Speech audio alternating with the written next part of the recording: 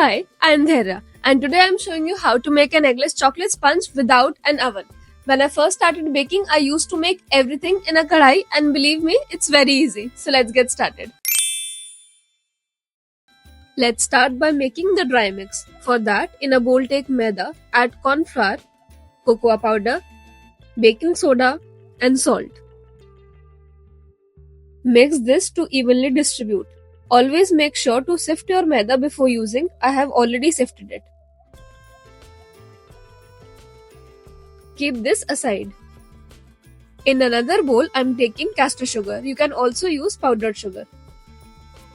Add room temperature water and coffee.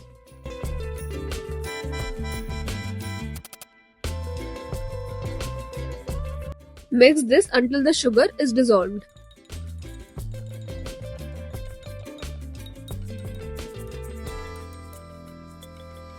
To this, we'll add in the oil.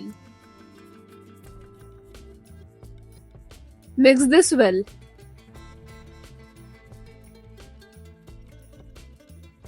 Now we'll start adding in the dry mix we made earlier. Only add half of it at a time.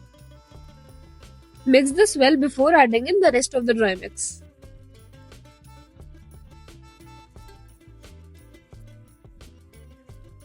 Add in the rest of the dry mix.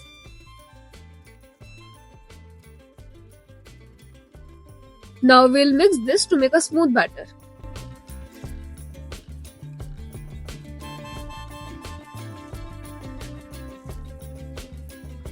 Set this aside. I will be baking my sponge in this kadai. If you want, you can also use a patila. We will spread salt at the base of the kadai.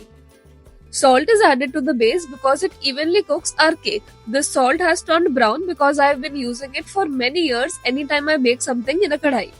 After baking, don't throw the salt away, let it cool down and store it for your next bake. I'll put a small plate at the base. Cover the kadai with the bigger plate and let it preheat on high flame for 7 to 8 minutes. I'm taking a 6-inch pan to bake my cake. Brush it well with oil, especially the sides.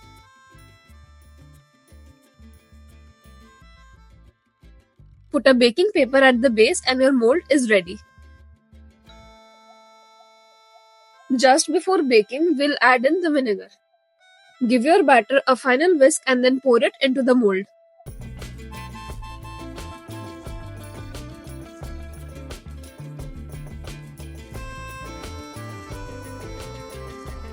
Tap the mold to remove any excess air bubbles.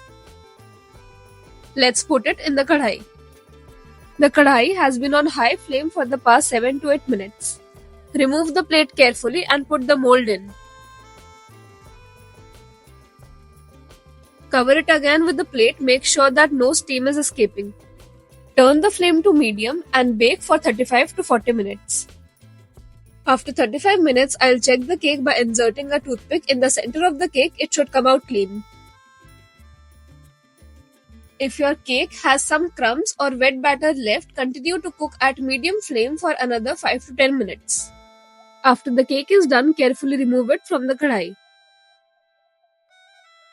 Let your cake completely cool down before demolding it. To demold the cake, run a knife through the edges of the cake and flip the mold.